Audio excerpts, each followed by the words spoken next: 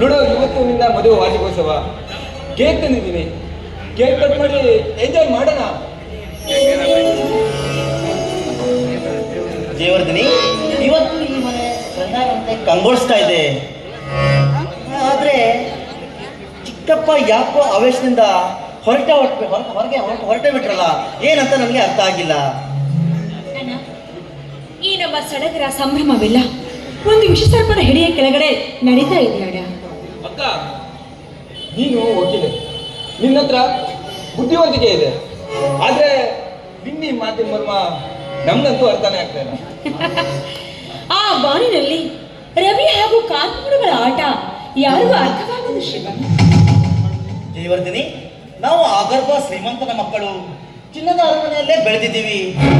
ಕಿರಣನ್ನೇ ಸದಂತೆ ಈ ಗ್ರಾಮದ ಜನರಿಗೆ ನಾವು ಕೈಲಾದಷ್ಟು ಸಹಾಯ ಮಾಡ್ತಿದ್ದೀವಿ. ಇನ್ನೇನ್ ಬೇಕು ನಮ್ಗೆ? ಸರ್ವರಿಗೂ ಆಸರೆ ನೀಡುವ ಮುತ್ತಿನಂತ ಗಂಡ, ಅದು ಅಲ್ಲದೆ ಎಲ್ಲರಿಗೂ ನ್ಯಾಯ ಹೇಳುವ ನ್ಯಾಯ ದೇವತೆ ನಮ್ಮ ಜಯವರ್ಧಿನಿ ಇರುವಾಗ, ಹಾಗೂ ಮುತ್ತಿನಂತ ಮೈದುನ ಇರುವಾಗ ನಮಗೇನ್ರಿ ಕಡಿಮೆ?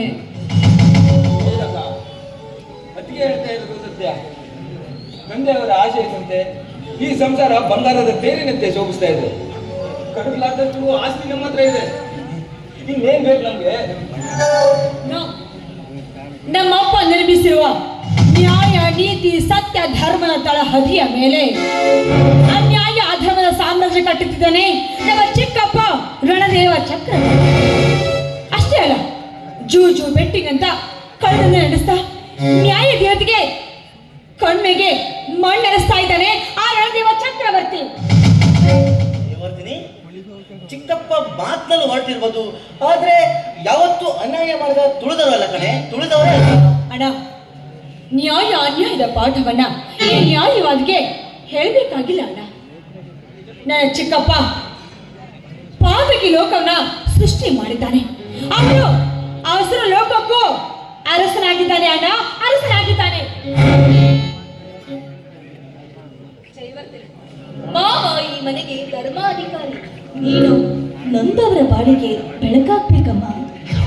ಹೌದಕ್ಕ, ಅಪ್ಪ ಕಟ್ಟಿದ ಈ ಧರ್ಮದ ಕೋಟೆಯಲ್ಲಿ ಯಾವತ್ತು ಧರ್ಮದ ನಾದ ಮಾಡುತ್ತಾ ಇರ್ಬೇಕಕ್ಕ, ಧರ್ಮದ ನಾದ ಮಾಡುತ್ತಾ ಇರ್ಬೇಕು.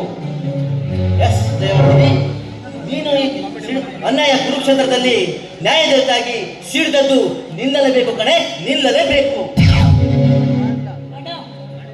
ಆ ಚಿಕ್ಕಪ್ಪ ಷಡ್ಯಂತ್ರ ಮಾಡಿ ನಮ್ಮ ತಂದೆಯ ಆಸ್ತಿಯನ್ನೆಲ್ಲ ತನ್ನ ಹೆಸರಿಗೆ ನೋಂದಾಯಿಸಿಕೊಂಡಿದ್ದಾನೆ ಅಣ್ಣ. ಅಷ್ಟೇ ಅಲ್ಲ, ಚಿಕ್ಕಪ್ಪ ಪಾತಕಿ ಲೋಕವನ್ನೇ ಸೃಷ್ಟಿ ಮಾಡಿ ದೇಶದ್ರೋಹದ ಕೆಲಸ ಮಾಡ್ತಾ ಇದ್ದಾನೆ. ಜಯವರ್ಧಿನಿ, ಹಾಗಾದ್ರೆ ಚಿಕ್ಕಪ್ಪನ ಭೂಗತ ಲೋಕವನ್ನು ಮಟ್ಟ ಹಾಕುವುದಾದ್ರೂ ಹೇಗೆ ಜಯವರ್ಧಿನಿ, ಹೇಗೆ? ಆ ರಣದೇವ ಚಕ್ರವರ್ತಿಗೆ ಖಾದಿ, ಖಾಕಿ, ಕಾವಿ ಈ ಮೂರು ಕೂಡ ಆಶ್ರಯ ನೀಡ್ತಾ ಇದೆ. ಆದ್ರೆ ಈ ಮೂರನ್ನು ಆಟ ಆಡ್ಸೋದೇ ಕಲಿಕೊಟ್ಟು, ಐ ಮೀನ್ ಈ ಅಡ್ವೊಕೇಟ್ ಜಯವರ್ಧಿನಿ. ಅಕ್ಕ, ನಿನ್ನಂತ ದಕ್ಷ ಅಡ್ವೊಕೇಟ್ ಈ ನಾಡಿನಲ್ಲಿದ್ರೆ ಅದಕ್ಕಿಂತ ಸಂತೋಷ ನಮ್ಗೆ ಇನ್ನೇನಿದೆ. ಮೊದಲು ಅಣ್ಣನ ವೆಡ್ಡಿಂಗ್ ಆನಿವರ್ಸರಿನ ಸಂಭ್ರಮದಿಂದ ಆಚರಿಸೋಣ ಬನ್ನಿ. ಅಣ್ಣ, ಈ ಸಮಯದಲ್ಲಿ ಹಬ್ಬ ಇದ್ದಿದ್ರೆ ತುಂಬಾ ಖುಷಿ ಪಡ್ತಾ ಇದ್ರು ಅಲ್ಲ ಅಣ್ಣ?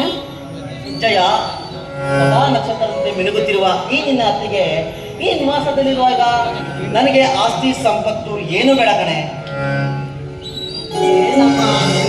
ನಮ್ಮ ಆಸ್ತಿ ಕಣೆ.